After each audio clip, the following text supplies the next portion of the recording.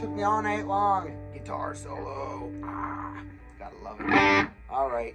I'm working on this with a few students. I have another video. I'll put the link in the description below. That is the other parts of the song, okay? The verse, the chorus, and the transitions, the intro. This is guitar solo. It's classic G minor pentatonic, actually mixing with G major. So it's G minor and major pentatonic. That's how these guys roll, as do most classic rockers that I love. All right, here's what we got now. In the classic position, of course, right? You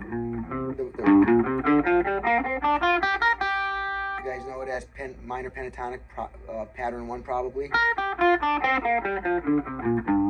All right, starts on this bend on the 3rd string, 5th fret, bending it up a whole step to the sound of the 7th fret. Put a nice vibrato on it if you can. Comes up on the first 2 strings, B string, and then the next is the 3rd string on a pre-bend.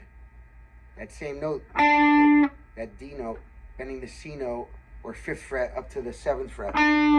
Pre-bend, so you bend it first, right, and then hit it while it's up, and let it come down. See?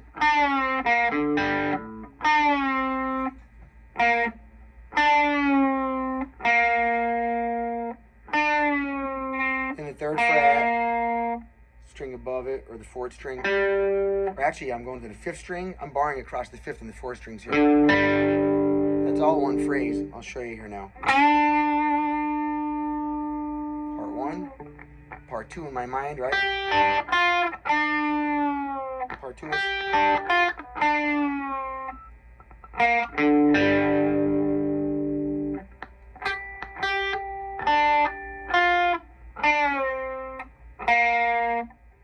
and 5th string and 4th. Vibrato. If you can, you know, I bar those and then I put my finger on top and, you know. And I like to leave the 5th string ringing out before I hit the 4th string. It rings out a small power chord there. And that's what AC/DC is all about, man. Power chords. Gotta love them. 2-note chords. Okay?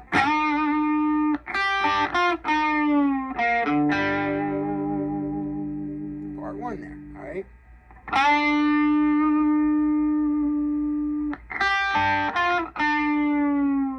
Now you don't want to bend it like too high or not high enough, so you practice. You have to practice your bending. It's one of the ways we can articulate notes. There's only a few ways, you know, a few things we can do. Bend, slide, hammer on, pull off, trill, which is just a hammer on and pull off together, pre-bend, vibrato. There really is not anything left of the vocabulary. It's not quite the language as the English language or something, you know, where we have as many letters to work with or as many articulations. We just don't have as many sounds to work with. So we should learn all of them, right? And we should learn how they work and when to use them. So to bend, you need to bend. You don't just bend the string, okay? Yes, you do just bend the string physically, but there's more to it. To make it sound really good, you bend the string until you hit a note that you're looking for. So rather than going up to this note, because you could slide. If I was on an acoustic, I can't bend an acoustic. My hands are weak from playing the guitar constantly and not giving them a break. So they often are sore and hurt, so I just stay away from the acoustic guitar. When I start playing on acoustic, I wear my hands down. Not that I'm saying you shouldn't, but I play a lot because I play for fun. I play for my YouTube channel, and I've got a lot of students every week in person, and I still keep my Led Zeppelin project together. Although not doing any shows right now, I still will have to work on that material. If I don't work on that stuff, I can't do it when I need to. You know, I have to keep practicing that. Anyway, this kind of stuff, as long as I know what the song was, I can pretty much regurgitate it when necessary. Been doing this kind of stuff for a lot of years now, and well, you'll see. Pentatonic, okay? Oh.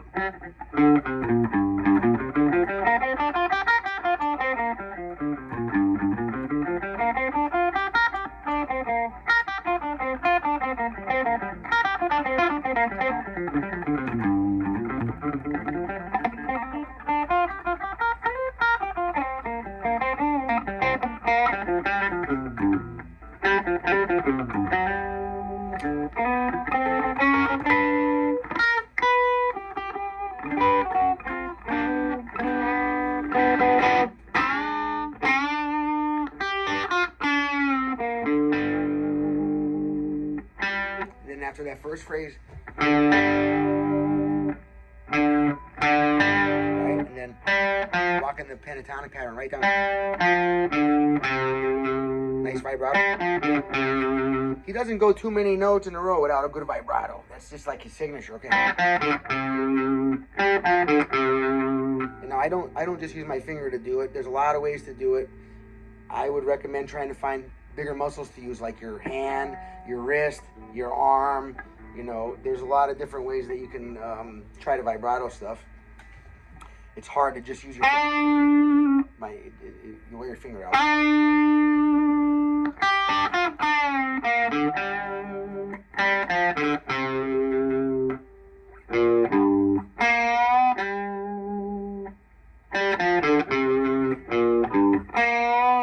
These are the same notes.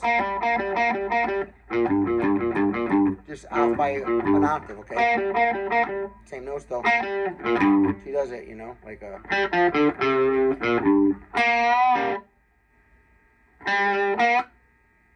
So he comes back, and then he just reverses it. It's like a spring back. He goes right, and then same thing reversed. And then come here. That's connecting pattern 1 to pattern 2.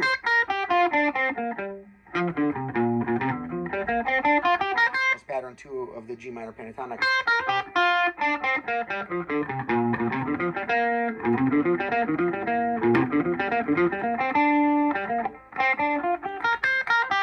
So you get this. Let's see here now. So we got 5, 3.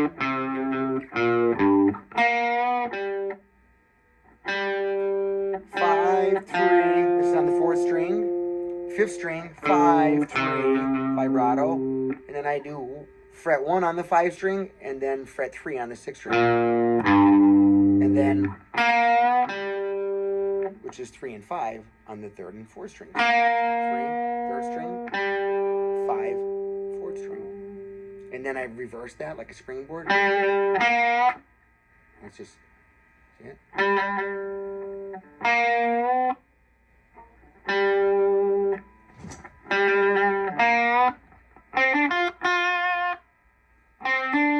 Okay, do that. 3rd string, hammering from 5 to 7. And then the 6th string, B. 6th fret, B string. Move it up a whole step. Now I'm doing 7 and 9 hammer on an 8th fret on the B string. Then I like to reposition my hand here. I go with the 3rd string and slide 7 to 9. See? 7 to 9, and then under it. Now this is another pattern here. Actually, he's moving to the. I don't want to get too much into the theory of it because it will be a very long video. We will have that later on. I just want to show you this, how to play it so you can start working on it.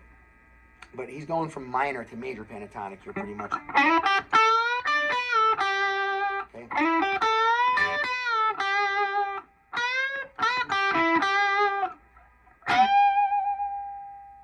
So when you're leaving here, right? I come to my 3rd string, remember?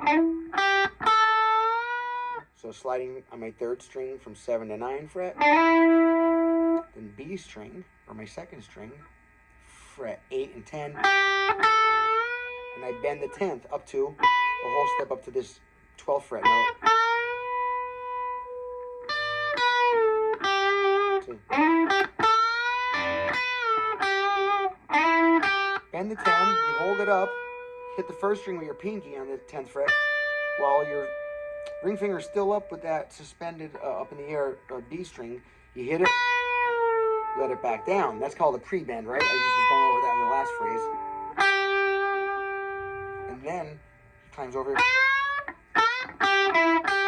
reaches.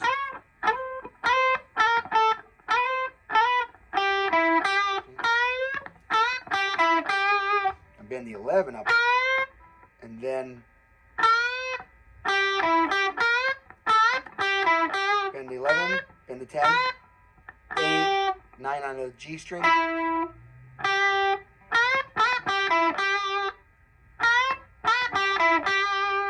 Then over here, back to my pentatonic. Same thing. Okay, so let's see.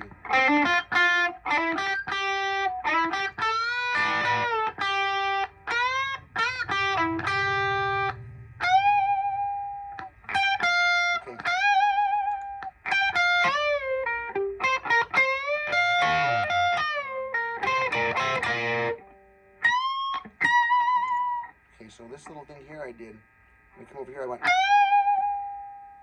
and then, okay.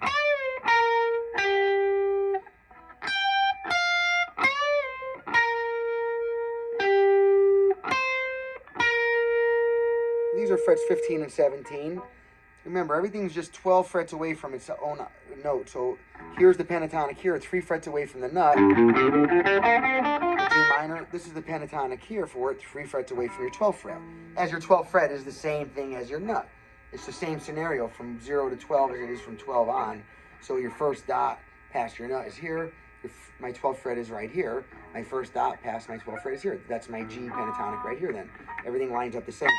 You don't really have to count the frets. You just have to know your position. And then once you're there, all your spacing is the same, right? You know, your pattern is the same. If you don't know what I'm talking about, in my channel, go there to the little magnifying glass and type in pentatonic scales, and you'll find some good information on that. Or ask me below. I'll send you something. All right. Now, coming over to this here.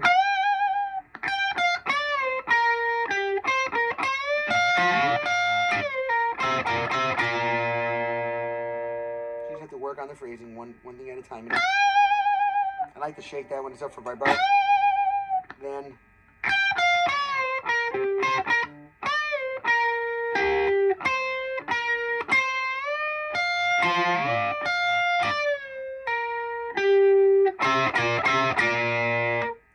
go back to this bottom, the first string, you know. Release.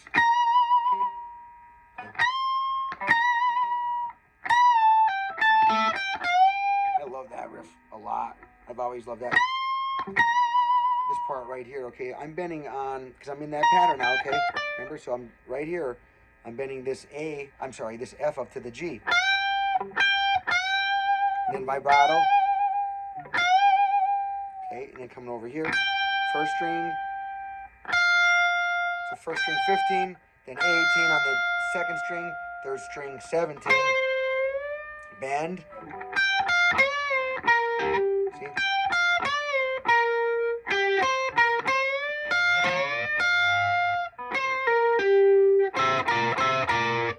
That's 2 strings. The third end.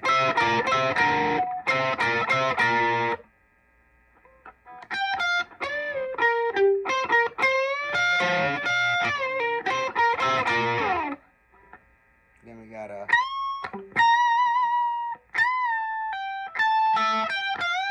love that one. And then you come over here, right? And it goes like this. Okay. So bend, release, pull off. Actually, you don't have to do a pull off. And then over here, I bar across the 17. And hit first string, second string while I'm barring it. Watch my pick hand. Right? 15th fret first string, and then over here again to the F, bending that back up to the same note. Hear it?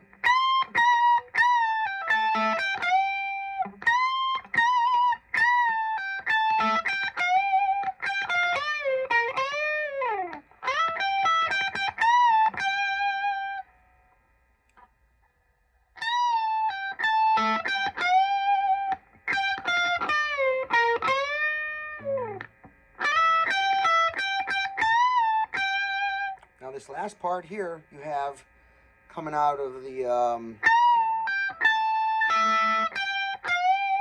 coming out of this, you have let's see,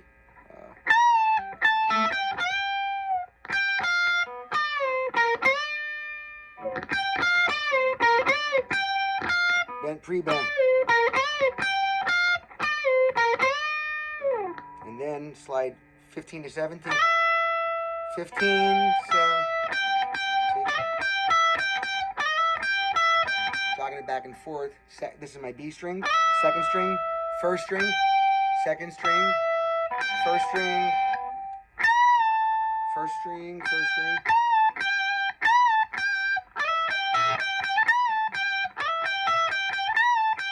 And you should really learn how to alternate pick if you're not already. It would be really hard to do this all down picking. You really have to be really quick. And actually, you would take away some of the organic sound of it. He's a very organic player. You know, he's off cuff all the time. Not that he hasn't premeditated the solos in the album. I'm sure he's thought out some of those parts. I mean, they just sound like just incredible, kind of like Jimmy Page stuff. You all think I'm joking just because Page has such a big repertoire of music in his Led Zeppelin band, right?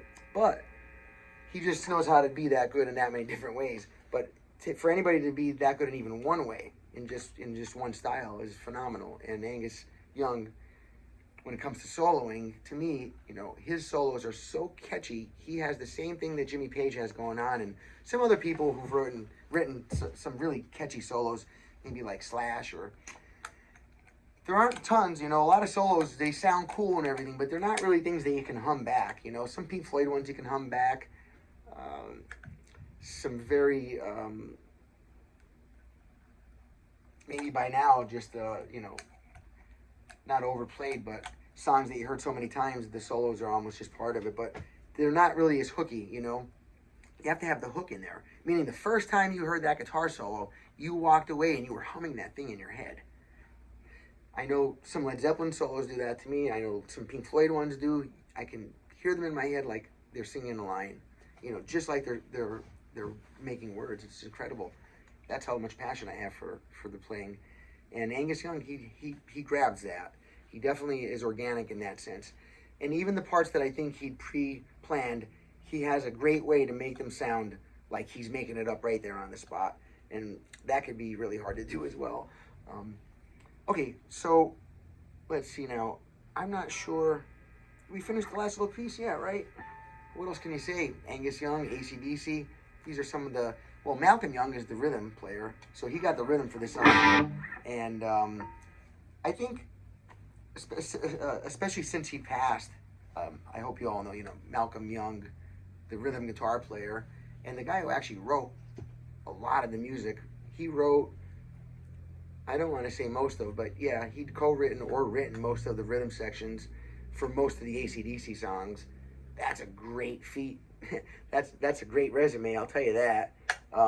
That's a big catalog of hit songs mixed in there throughout the years.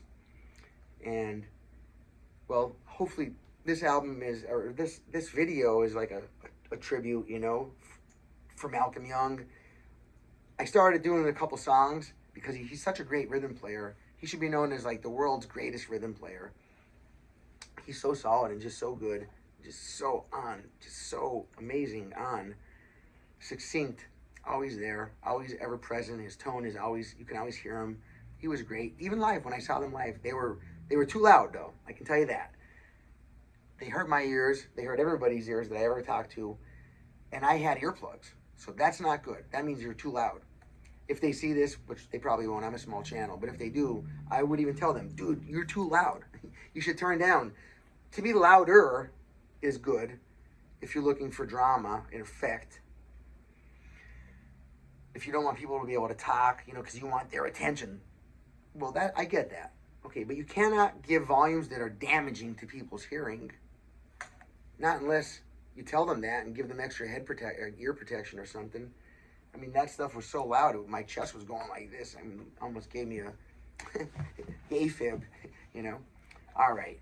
Well, Wayne Sorbelli, down here in my little tiny music store on this tiny little island, 159 miles off of the coast of Florida, way down south, sticking a little bit west over into the Gulf of Mexico. Island guitar, my little music store, where I give my lessons, I make my videos, I earn my living. If you want to help support that, if you like the channel, if you're still watching now, after 20 minutes, then please hit the like button and please hit the subscribe button. It really helps us out. And my statistics are showing that a lot of people are watching and rewatching the videos who aren't subscribed. So I don't know if they don't have I don't know how that would work, why they wouldn't subscribe if they rewatch it. But maybe they don't know how much it actually helps us in return to keep our material relevant. If my content becomes irrelevant, I will not continue doing this, of course. So I guess it's one hand washes the other kind of a scenario for everybody. YouTube allows me the platform. If you guys show support, not money, but just support in a like and a subscribe, notification bell, especially if you are interactive with the video in any way, you know, leave a message, drop a comment, right? That stuff really, really helps out. Sharing it on social media helps big time. All right, well, thank you. Wayne Sorbelli saying, rock on.